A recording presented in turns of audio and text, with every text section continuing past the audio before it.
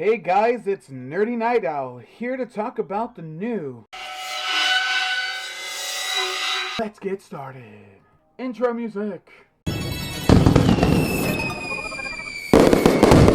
Like always, I'm gonna give you guys the good, the bad, and the demographic of people who will hate/love the movie.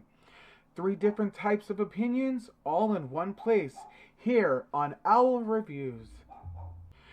And as always, this is a spoiler review. So I'll give you guys 5 seconds.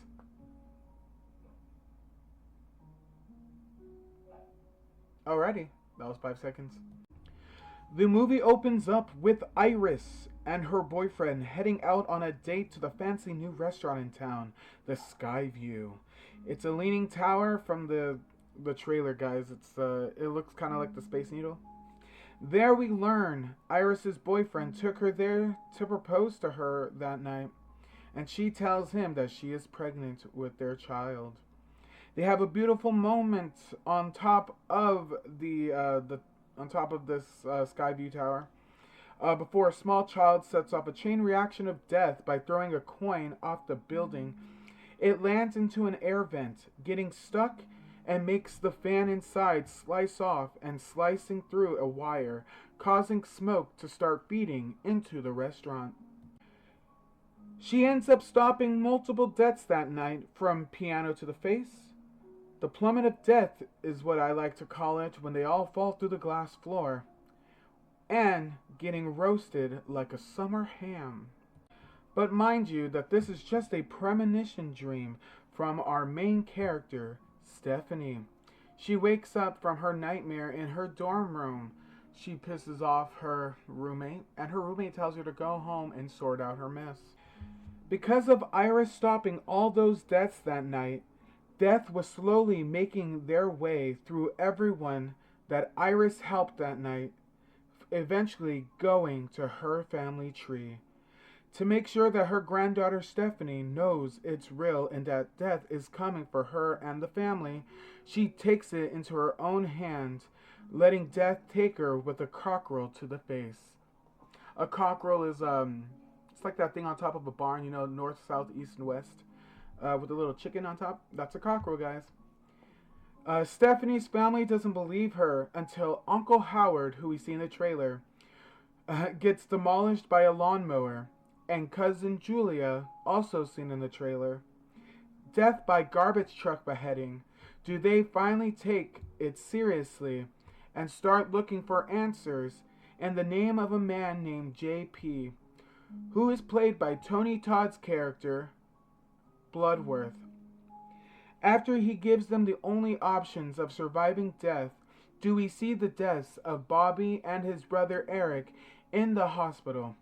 Bobby's death is getting screwed in the head, and Eric, getting on death's nerve from trying to save his brother, gets the best death in the movie. He gets folded by a wheelchair and an MRI machine, getting split in half. The 3 remaining family members alive: Stephanie, her brother Charlie, played by Chucky TV star Tio, who gives an amazing performance. I felt really bad for him throughout the entire film, as I do with the brother Bobby. He also. And Mother Darlene decides to head to Iris's house, that's the grandmother's house, to lock Mother Darlene away so she can keep her children safe and away from death. But she ends up dying from a huge lamppost to the body on her mother's land. Stephanie gets waterboarded inside of her mother's RV. Her brother saves her from dying, and they live for some time until Charlie's prom. They both get killed when a train derails, with logs on them, squishing both of them to death. And on that note, guys, let me talk about my favorite deaths in this movie. There's a lot, but I'm only going to go with my favorites and then my least. So my favorite death in the movie, I already pinpointed this out, but it's, again, I'm going to talk about it. It is, in fact, the MRI death in the film. Very gruesome, very well thought out, played out very well. I was cringing the entire time. But for number two, that's gonna have to go to Bobby. I know. I felt really bad for him, like I was saying, just like I do with Charlie. I felt really bad for Bobby throughout the entirety of the film. I just really feel so bad for him, as well as his pet turtle. I have another video coming up soon for that about his pet turtle. Well, tortoise. They kept on bringing up the tortoise throughout the entire film, and they saying that the tortoise can live up to 100 years. Gets me thinking: if Bobby would have killed his pet turtle, could he have survived for 100 plus years? We'll check in a video coming out later on next week, so look out for that. But I'm getting ahead of myself. But again, I just felt very bad for Bobby throughout the entirety of the film. Uh, he is ultimately killed with his brother in the same room when a vending machine screw unravels from outside of the door and goes through. Um, Pretty much it goes into his head and it corkscrews around. You know how like vending machine corkscrews go, how like corkscrews around onto the MRI machine. It's very sad. I felt very bad for Bobby. My least favorite death in the film is gonna go to grandmother Iris's death in the premonition. That's the premonition in the beginning. Her death, she pretty much just falls onto a spike. They don't really show the spike at all. But I still do feel bad for her in the scene of like her falling to the ground because she tried to save Tony Todd's character JB. He's such a little he's like a little child. He's there with his mother, but he's pretty much saved by Iris that night. That ball kind of hit me a little bit because she tried so hard to save him, and she does. Tony Todd does an excellent job in the film. His line delivery was amazing. Him talking about cancer throughout the film and then him dying in real life from it. You could see in his heartfelt like the line delivery. I mean, you can see he was giving his all. Like he knew that pretty much it was coming for him in the real world, and you could see it bringing into his performance. Rest in peace, Tony Todd. You're forever gonna be my favorite horror movie icon ever, Candyman, and we'll miss you all. Insert Tony Todd's picture here. We'll miss you, Tony Todd. We'll miss you. And on that note, I give Final Destination Bloodlines 8.5 out of 10. Even though it wasn't a perfect Final Destination film, it's entertaining as hell and makes you feel more for the characters than the previous film. I'm going to say number 4. Number 4 was terrible. But it's better than 4. Other than that,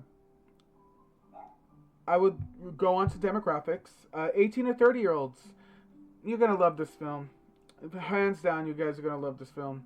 If you bring anyone under that age of 12 or 13, you're probably going to scar them, so I highly recommend not bringing them. But for 18 to 30 year olds, their demographic was 8.5 out of 10. 31 to 46 year olds, some find it as a mixed bag as it was leaning towards more of a male demographic. I didn't really see a lot of females around that age there. But the overall consensus of the age group, they gave it a 7.5 out of 10. They didn't like it as much as the younger crowd. But we're going to get on to the 48 to 80 year olds, which is also a mixed bag, just like the 31 to 46. But they were more leaning towards the positive side, which is crazy to me. They said that they mostly loved the film and that they are now freaked out about their own mortality.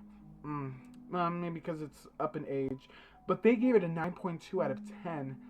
That's crazy. 9.2 out of 10 for the 46 to 80 year olds. Other than that, I highly recommend watching in theaters to get all the bloody craziness of some of the most amazing kills I've ever seen since number 2. I can't wait to rewatch when I see this out on DVD and Blu-ray. Again, I give this an 8.5 out of 10. This has been your Nerdy Night Owl. Stay asleep, stay awake, and stay alert. Have a wonderful night, everybody!